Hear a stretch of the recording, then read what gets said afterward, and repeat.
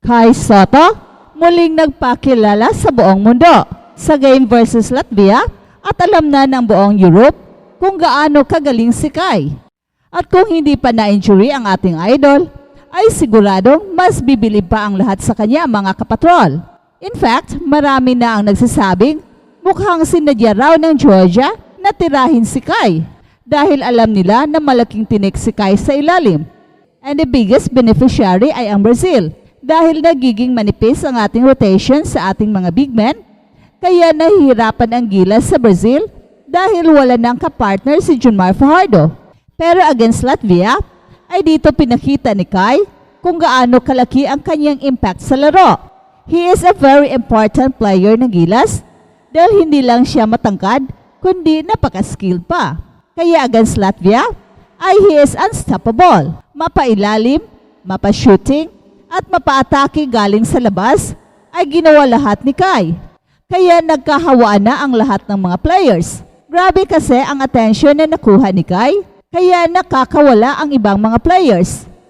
And what makes Kai Sotto a very special player ay kahit wala sa kanya ang bola, ay hinihigop niya ang depensa. Kaya against Latvia, ay unbeatable ang Gilas dahil sa presence ni Kai. Yes, si Justin Brownlee ang nagdala sa opensa, pero si Kai ang kinatatakutan ng mga kalaban. At the same time, kampante ang ating mga shooters na tumira dahil alam nilang meron tayong legit 7-3 at meron pang twin towers na sina Junmar Fajardo. Ito ang nawala nung di nakapaglaro si Kai Sotto. At nawala ang confidence ng mga shooters ng Gilas dahil wala nga si Kai. Kaya kahit natalo ang Gilas sa Brazil, I still believe na kaya nating mag-advance sa Olympics with a better and longer preparation and with complete lineup. Ang dami kasing kulang sa Gilas dahil sa injury. Injuries to key players. So imagine, 3 starters ng Gilas ang absent sa game versus Brazil. Wala ang ating best point guard na si Scottie Thompson at wala ang ating best defensive big man na si A.J. Edo at na-injured pa si Kai Sotto sa game versus Georgia. Kaya may halo na sigurong malas ang Gilas dahil ang daming injured players. And don't forget, meron pa tayong Jamie Malonzo na perfect sana ang kanyang physique against the players from Brazil. Kaya kahit sang aspeto tingnan, ay isang malaking success ang Gilas at ang biggest beneficiary ng Gilas ay ang NBA gym ni Kai. Nakikita na kasi ng NBA na at par and even better sa ibang mga NBA players na galing sa Europe ang ating idol. At kahit isang laro lang ay it fueled the NBA dream of Kai na magiging realistic in the near future. And it confirms na kaya ni Kai ang European level of competition. At ito ang gustong malaman ni Coach Tim Cone dahil alam ni Coach Tim na sa buong Asia ay si Kai ang best big man. And the next thing on the ladder is to dominate in Europe. And Kai Sotto just did that against Latvia, the number 6 rank in the world. Well, napatunayan na ni Kai na siya ang best big man ng Asia. At ngayon naman, na-confirmang he can compete against the best of the best in Europe. Kaya there is no other way but to dominate in the NBA next. At eto ang shoutout na hinihintay niyo mga kapatrol. Shoutout at Famila Dingal. Magpasalamat ang Brazil sa Georgia kung hindi tatalunin sila ng Gilas. Sa loob ang atake nila, kaya bawi na lang sunod. Shoutout at Pichinism. Ingat ka Idol Kai, get well soon. Coming next, opening Japan B-League 2024-25. Naisahan ka, target ng Georgia number 35, tinulak ang kasamahan number 32, tinamaan ang rib mo. At number 35, MMA sa'yo, double injury. Pag-uwi mo, magpahilot ka. God bless you. And the good Lord be with you always. Care.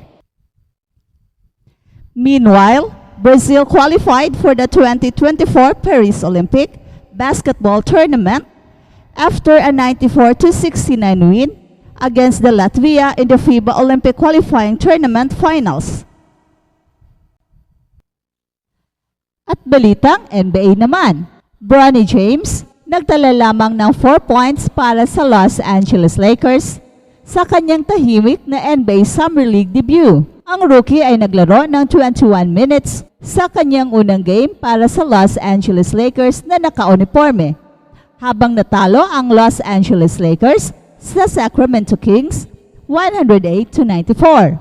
Si Bronny James ay nag-debut sa NBA nitong Sabado, ngunit nagsimula ito ng mabagal. Ang rookie ay nagtala lamang ng 4 points sa kanyang unang aksyon sa Summer League, habang natalo ang Los Angeles Lakers sa Sacramento Kings 108-94 sa California Classic. At si Bronny James ay naglaro ng 21 minutes sa kanilang pagkatalo at nagdagdag ng 2 rebounds, 2 assist at 1 steal. Gayunpaman, nagtala siya ng 2 of 9 mula sa field at 0 of 3 from the deep, at hindi pumasok ang pareho niyang free throw attempts. Si Bronny James ay nakakuha ng kanyang unang puntos sa NBA sa pamamagitan ng isang layup sa second quarter at nagdagdag pa ng isang maayos na mid-range step back. Si LeBron James, ang ama ni Bronny, ay nasa kampo bilang bahagi ng Team USA basketball roster at hindi nakadalo sa laro ng personal. Gayunpaman, ipinakita ni LeBron James ang suporta sa kanyang panganay na anak. Pinanood niya ang isang video clip sa pag-score ni Bronny ng kanyang unang puntos, agad matapos pumasok ang bola sa ring, at pinupuri ang kanyang anak sa pagiging matapang nito. Ang Sacramento Kings guard na si Adonis Arms ay hindi napili noong 2022, ngunit naglaro ito sa NBA G League ng 2 season. Ang bumida sa laro na may 32 points, 11 rebounds para sa Sacramento Kings, samantala nag-ambag ng 20 points mula sa bench si guard Anton Davis.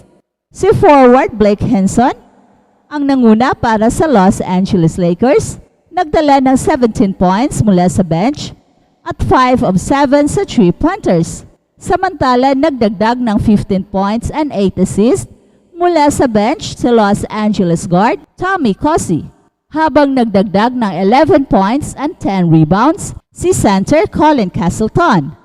Bagamat ang Sabado ang unang pagkakataon ni Bronny James na maglaro sa court sa kanyang Lakers uniform, malamang hindi ito ang huli para sa kanya. Kahit ano pa ang kanyang statistics ngayong summer, ang bagong Lakers number 9 ay pumirma ng multi-year guaranteed contract noong nakaraang linggo at kinukompleto ang 4 na taon na $7.9 million deal. DeMar DeRozan, Sacramento Kings agrees to $74 million contract in sign and trade of DeMar DeRozan with Chicago Bulls. The Chicago Bulls may finally be staring into the future they've tried so hard to avoid. Ang veteranong forward na si DeMar DeRozan ay papunta sa Sacramento Kings sa isang sign and trade mula sa Chicago Bulls na nagtatapos sa kanyang panahon sa Windy City matapos ang 3 seasons.